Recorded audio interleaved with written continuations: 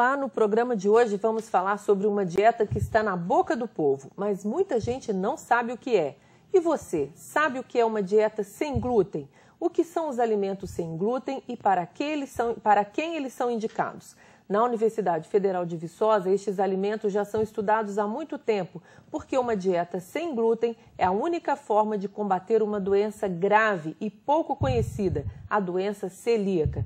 E para falar sobre ela, vamos pensar também sobre um órgão do corpo humano muito importante, os intestinos.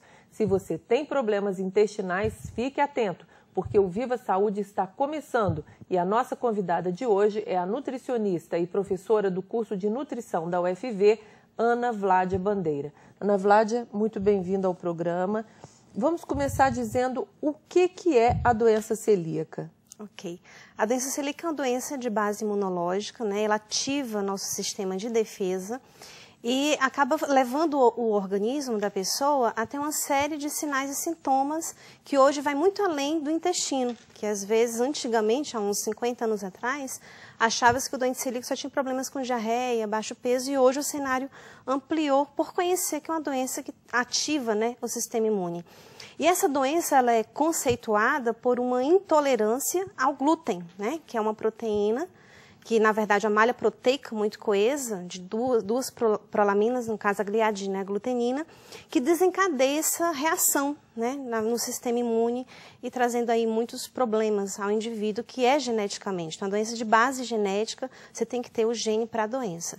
Mas ela é genética, mas ela é hereditária, não? Então, sim. A partir do momento que você tem o gene da doença, alguém na sua família, precedente a você, pais ou avós, tem o gene da doença. Então, ela é passada de geração para geração. É possível você ser um doente celíaco e não saber disso? Sim, é possível. O fato de você ter o gene não significa que você já vai manifestar os sinais clínicos da doença. Para que essa doença ela aconteça, ela é uma pirâmide. Você tem que ter a genética, você tem que ter o contato ambiental com o, digamos assim, o alérgeno, ou no caso a proteína ou glúten, e você tem que ter as questões relacionadas a uma baixa do seu sistema imunológico. Você tem que estar com o sistema imune muito baixo, para desencadear os principais sinais e sintomas, né, da doença, que é uma desordem intestinal, ou para o intestino mais solto, um caso de diarreia, de repetição, ou a constipação, que tem sido muito comum no ambulatório. Então, o intestino muito solto ou muito preso é sintoma de doença celíaca? São um dos sinais, né, que a gente chega no consultório com essa desordem associado ao diagnóstico clínico, que é feito por um médico, um gastroenterologista, que ele vai fazer uma triagem no seu consultório. Então, a pessoa chega com queixas, né, relacionado normalmente a um diagnóstico por endoscopia, é feita uma biópsia, que é o padrão ouro, onde se vai avaliar as vilosidades, ou seja, as células intestinais desse indivíduo, que, para ficar mais simples de entender, é como os dedos das nossas mãos, que tem essa possibilidade de absorver os nutrientes. O indivíduo com doença celíaca, dependendo do nível, da gravidade, que pode ser em 4 níveis, ele pode estar com essas velocidades totalmente atrofiadas. Aí tem problemas sérios de absorção, consequentemente aí pode vir uma perda de peso, problemas relacionados à memória, a pessoa fica com fragilidades nesse sentido, porque não vai estar absorvendo bem os nutrientes importantes para isso, o metabolismo não vai funcionar bem, então acaba mexendo com o corpo como um todo. Se a gente for pensar que o intestino é aquele órgão que vai selecionar tudo que você vai ingerir, um medicamento, uma água, o seu alimento, ele vai ter a capacidade de digerir, absorver e direcionar para todas as células do seu corpo. Se tiver alguma coisa acontecendo de errado com ele, o seu corpo vai manifestar, ele vai sentir. Então, os sinais que a gente observa no ambulatório, além desse diagnóstico que já vem com encaminhamento médico, a gente observa muitas outras questões relacionadas, como a pele, acnes, né, feridas que dificultam a cicatrização, queda de cabelo, unhas quebradiças, problemas de sono. Então, são reflexos justamente que o seu organismo não está absorvendo aquilo que ele precisa. Então, esses sintomas todos, a unha, o cabelo, a pele ruim, pode ser um problema do intestino. Isso. Pode não? É um problema do intestino, porque acaba o quê? Levando a um problema de má absorção que vai refletir na questão nutricional e vai refletir na pele, no corpo, na memória, na questão do peso. Mas isso não é doença celíaca. Isso não é doença celíaca. Na doença celíaca, em particular, além das desordens relacionadas ao intestino, a diarreia, a constipação, a distensão abdominal, que também é algo muito característico, os problemas como de pele, muito comuns, como a dermatite hipertiforme, os problemas que estão relacionados à doença celíaca, a gente consegue justificar para a pessoa quando a gente explica um pouco o funcionamento desse intestino.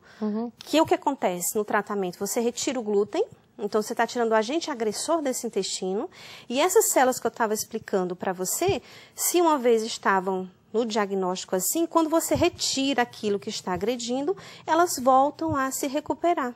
Então o indivíduo vai ter uma vida normal, saudável, ele costuma com o tratamento, nossa, eu estou muito melhor do que antes com glúten, justamente porque ele anula aquele principal agente que prejudica o seu intestino, que estava trazendo tantos sinais ali de desconforto no seu cotidiano. Então é como se o doente celíaco fosse um alérgico a glúten, como se ele fosse um intolerante a isso? Ele não consegue digerir e, consequentemente, por ser uma proteína muito complexa, desencadeia sintomas como se fosse uma alergia a essa, que é uma proteína, né? Alguns indivíduos com alergia ao ovo, ao leite, manifestam sinais até relativamente muito parecidos, mas é uma intolerância que gera aí uma resposta imune decorrente, né, de sinais alérgicos também, além das desordens gastrointestinais. Os médicos conhecem bem essa doença? Porque hoje está na moda esse assunto, né? Dieta sem glúten. Os médicos sabem, assim, você disse que há 50 anos. Essa é uma doença nova ou é uma doença desconhecida? Não, ela não é uma doença nova. Ela é uma doença que na década pós-Segunda Guerra, né, foi retirado o trigo, na verdade, por uma situação ali decorrente por não ter acesso. E o que observou? Que as crianças que naquela fase não estavam tendo contato com o trigo é um dos alimentos fontes de glúten, um dos principais. Na verdade, tem a proteína que desencadeia os principais sintomas, mas não é único, tá? Depois a gente fala mais dos alimentos. Observou-se que aquelas crianças que naquela fase não estavam tendo contato com glúten, os sintomas gastrointestinais, de diarreias, dores de barriga, né, a barriga bem distendida, sumiam. Como voltou a receber, pós-guerra, todos aqueles ajustes, os sintomas voltaram. Então, foi que começou a associar dieta e doença. E então, começou-se a conceituar melhor a doença celíaca nos últimos anos, que não é só uma intolerância, ou seja, não conseguir digerir essa proteína. Ela também desencadeia uma resposta imunológica, né, em todo o seu sistema de defesa. Então, as últimas publicações, hoje, ampliou-se esse olhar em relação ao glúten, inclusive nas doenças crônicas, que obviamente não é, né, assunto para a gente discutir hoje, que tem muitas outras relações com o glúten. Mas com a doença celíaca, hoje a gente consegue entender melhor esse cenário. Hoje já sabemos que tem os testes genéticos para você confirmar, né, além da biópsia que anos atrás não tinham. Então a pessoa chegava com os sinais no ambulatório, poderia ser tudo, porque era comum a outras doenças. Hoje você já consegue fazer essa triagem. Chega com sintomas, faz os testes, né, sorológicos, você faz a biópsia e você consegue, pelo menos, dentro do que é possível hoje, dizer se a pessoa tem ou não tem a doença celíaca. Qual que é o sintoma mais claro, mais identificável? E quem tem? Desde criança se manifesta ou você pode, como você falou, ter a doença e ela não se manifestar por muito tempo? Como é uma doença de base genética, há uns anos atrás, 20, 30 anos, basicamente o diagnóstico era na infância. Então era o perfil daquela criança desnutrida, com o abdômen bastante abaulado, né, bem distendido, com baixo peso, com todas as consequências, né, de um déficit nutricional, mesmo sendo alimentada. Então começou a observar, então os pediatras, né, começavam a fazer o diagnóstico basicamente na clientela infantil. Mas hoje nós já conseguimos detectar um diagnóstico até relativamente tardio, pessoas que chegam no consultório do gastro, depois chegam para nós e fazem esse relato. Olha, esse sintoma eu sinto desde muitos anos, né? Então, o que a gente precisa, na verdade, o que nós nos perguntamos da área, né, como estudiosos, é aonde está, na verdade, o problema. É a falta, às vezes, de um acesso a uma leitura científica ou mesmo um olhar mais sensível a um sintoma que sempre se repete nos consultórios. Então, nós tentamos conversar com a pessoa mostrando que não é uma falha médica ou uma falha de nutricionista. As descobertas científicas que têm nos auxiliado a entender, que são mais recentes, o entendimento dela.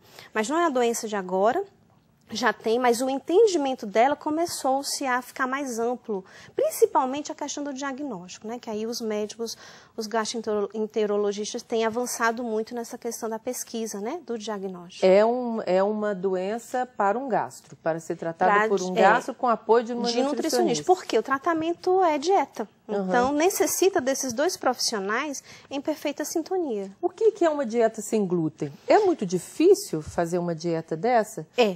Ela é indicada só para quem tem doença celíaca? Não somente, mas a princípio vamos falar basicamente da doença celíaca, porque a gente pode entrar em outros cenários que ainda, né, são um pouco controversos. Na doença celíaca, como tem essa questão genética, né, dessa proteína em particular, você precisa retirar. Então, você tira o agente agressor, né, do seu intestino, consequentemente vai responder ao seu organismo. A retirada, né, dos alimentos fontes de glúten envolvem alimentos fontes que tem o trigo é fonte de glúten. Tipo pão, tipo macarrão, tipo bolo, biscoitos, biscoito, sorvetes, exato. Tem vários produtos industrializados que usam como espessantes o trigo. Então, acaba, na verdade, você entende que o pão tem trigo, tem glúten.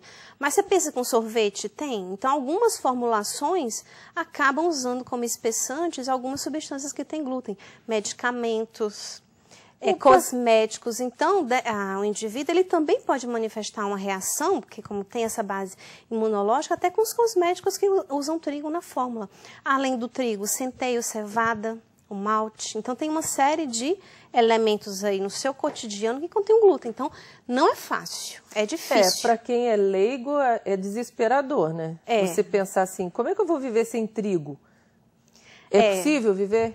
Se a gente for, eu gosto muito de ler história e respeitar muito a história conhecer. Sou brasileira, por que sou brasileira? Como foi que meu país nasceu? Se a gente for lembrar da nossa história, o trigo não era a base da nossa alimentação. Né? Nossa alimentação era os tubérculos, a mandioca. Mas a mandioca milho. Também tem glúten. Não, mandioca não tem glúten. Milho também não. Então o trigo entrou no cenário brasileiro um pouco mais de 100 anos. Então não é algo tão antigo. E a outra coisa que a gente precisa entender também por que a gente fala do trigo e não fala dos outros alimentos? É porque a prolamina do trigo ela é mais, digamos assim, mais agressiva, né? Agressiva. E a demanda de produtos também é maior dele. O glúten, antigamente, né, o trigo mais, digamos assim, serracena, aquele mais original, ele tinha em torno de 2 a 3% de glúten. Hoje a indústria explora essa propriedade, né, de viscoelasticidade do glúten. Hoje você tem trigos com 14% de glúten. Então aumentou muito uma proteína aí que causa, de fato, ela tem uma dificuldade na sua digestão. Outro fator aí que a gente tem que levar em consideração, além dessa quantidade aumentada, é o processamento. Não sei se você sabia que os pães, antes de chegar à mesa, passavam por um processo de fermentação por mais de 10 horas, 12 horas, que era um tempo não suficiente, mas que diminuía um pouco essa toxicidade da proteína. Hoje não é mais do que 2 horas, aliás, não chega quase a 2 horas. Então, se a gente for ver o nosso contexto, ao longo dos anos, levou a um cenário de um aumento de consumo desses alimentos. Então, o problema é o glúten, eu posso dizer que o problema é um contexto. Que o glúten faz parte. Quantos % da população tem doença celíaca? Nós não temos dados, né, digamos assim, estatísticos do cenário brasileiro, né, nem municipal, porque a gente tem alguns problemas justamente nos protocolos clínicos de diagnóstico. Mas a gente tem dados locais aqui, né, do ambulatório de Viçosa, que responde um pouco ao cenário mundial, que é onde tem as principais pesquisas, né, que está em torno de 1 a 2% da população são portadoras da doença celíaca. Ana, nós vamos fazer um pequeno intervalo. Viva Saúde volta já falando sobre doença celíaca. É um instante só.